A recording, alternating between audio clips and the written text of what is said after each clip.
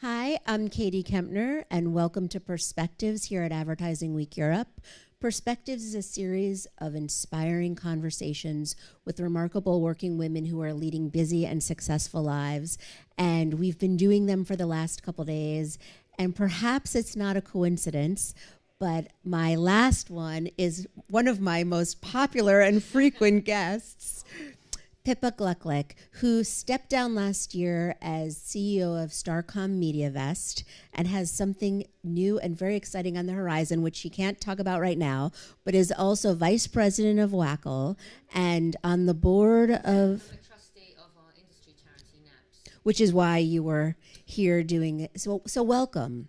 Thank you. It's lovely to see you again, Katie. It's lovely to see you too.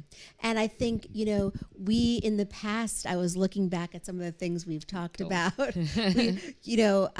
We went over a range of different things, but I'd love to talk this time, if you're comfortable with it, more on the personal side, because you've had a very interesting journey, and it says a lot personally, but also about how women are able to structure their careers through different parts of their lives and different things that happen. Mm-hmm. So you had this huge job for a long time, beloved in the industry.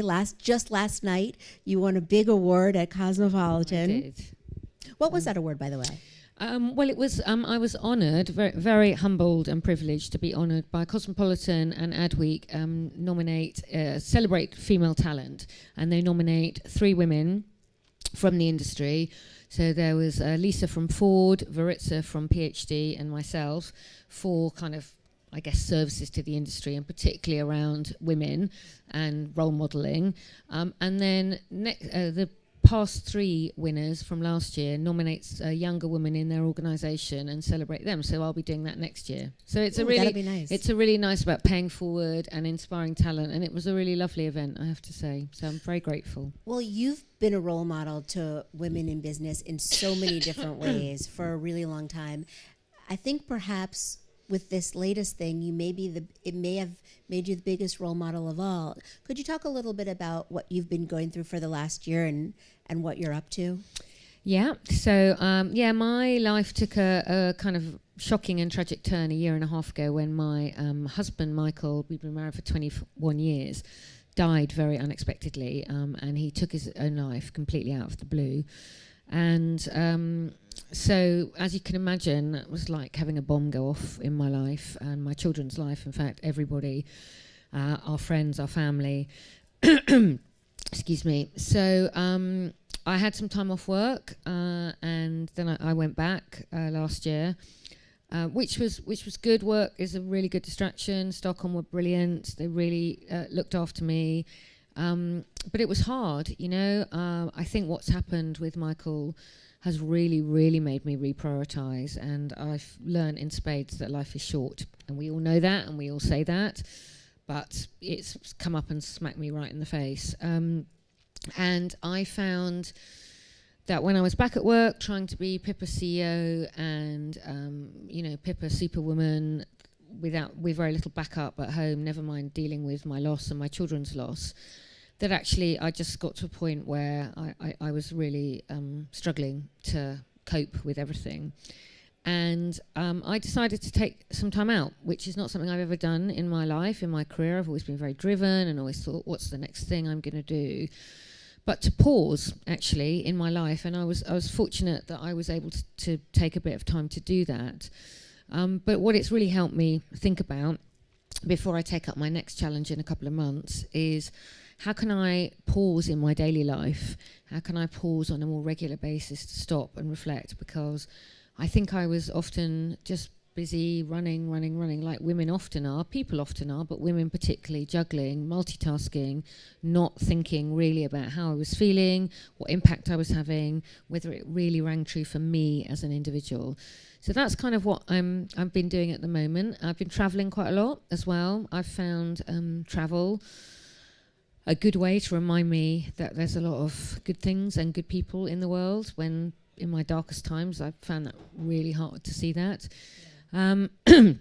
And I've been doing quite a lot of work, as I said earlier, or you said earlier, I'm a trustee of NABS, our industry charity, and I've been proudly involved with them for 12 years and a trustee for about 6, I think, really, they're doing some great work in our industry around well-being, resilience. They've got some fantastic masterclasses and programs, really to help our industry look after its people and the working environment of the companies. And really, I've probably said this to you in one of our interviews before, people is our only asset that we have in our industry. We don't make anything, we don't produce any widgets, we don't manufacture anything. It's just people and their ideas. And if we don't look after that, then we're in trouble. And NABS is really here in London and actually in the UK, really supporting our industry in that journey. Well, first of all, I mean, obviously, I'm so sorry to hear about your loss, and obviously, it's overwhelming to hear that after knowing you for many years. But I really think what a beautiful thing to come out of it in the sense of the pausing, and you can really, because you're such a well-known figure in this industry, you can really help share that because. You see that all the time. I mean, you see it everywhere. People aren't even paying attention to each other anymore. I was just walking around. Everybody, and this isn't news, somebody bumped into me. They're on their phone. Nobody's paying attention to each other. And you're losing a lot, I think. Losing a lot of the personal connection. So to pause in your life every day is a great way. Are there certain ways you think? Kathleen Saxton was here and she's talking about the importance of meditation. Yeah. Are there certain things that you found are or beginning to find ways to do that? Yeah, definitely. So I recently, last month, I went to Thailand to a retreat. That's one of the things I wanted to do in my time off.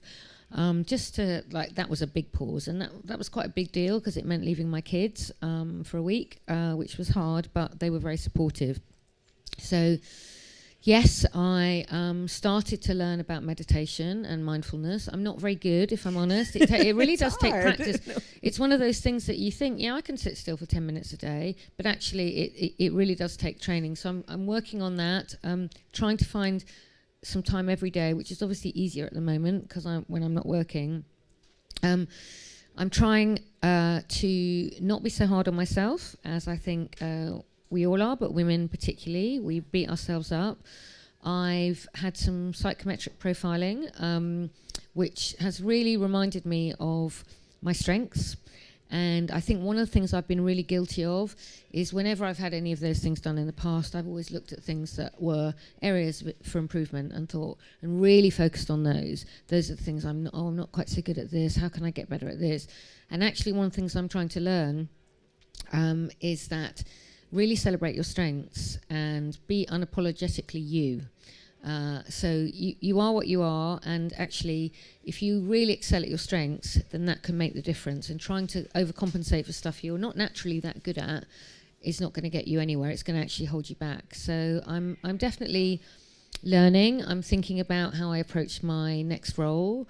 I'm thinking about how I build a culture and a team, how I lead from the front, how I don't do what I did last time, which is, work all hours, and that seemed to be what people thought was expected, even though I didn't expect it of them. So I'm kind of trying. It's not easy, but I'm trying, and I'm really advocating to people to just try and do a bit of the same and just take a pause, whether it's 2 minutes or 20 minutes, whatever you can do, and talk openly. One of the things, as women, we're talkers, which is great, but I know from my husband, he didn't talk about stuff, and I have 2 sons and they're not really talking, and I'm really encouraging them to, but actually to talk and to share and to offload and to de-stress, not just in your mind but in your body as well. So be that through exercise. So one of the things I was recommended to do in Thailand is to start boxing. Apparently very good for letting out anger and frustration, and also it's quite strategic, so you have to really focus, and it switches your mind off, because you can't kind of, like when you're running, you can think about stuff, because you have to focus on where your next move is. So I'm going to, this time next year, I'll let you know how I'm getting on with that. Okay, good. Maybe I'll start boxing too. I like that idea. That all sounds amazing and so smart, and congratulations on doing all of that. And I have to ask you, I ask you this every year, and I was listening to the advice from the last couple of years, but If there's one piece of advice now that is guiding you through your life that you can share with us, what is that? I think it's what I just said, actually, which is be unapologetically you and just really try and celebrate what you're good at. Don't be hard on yourself. Recognise what your strengths are and celebrate them and yourself. So, and I haven't been good at that in the past, and I've had a lot to deal with in the last 18 months, but I'm trying to look forward with positivity and think, how can I make a difference to the organisation I'm joining, but also to my family's life and so on. So yeah, just be who you are, know who you are, spend time getting to know yourself, and that's what I've been doing. And it makes for quite uncomfortable feelings at times, but actually I feel a lot better for it. Well, it was lovely talking with you. Thank you Likewise. For your honesty. And thank you. Good luck on your new gig. I can't wait to hear about it next year. Thank you very much, and good luck to you too. And thank you very much for joining us this Advertising Week Europe at Perspectives. Thanks.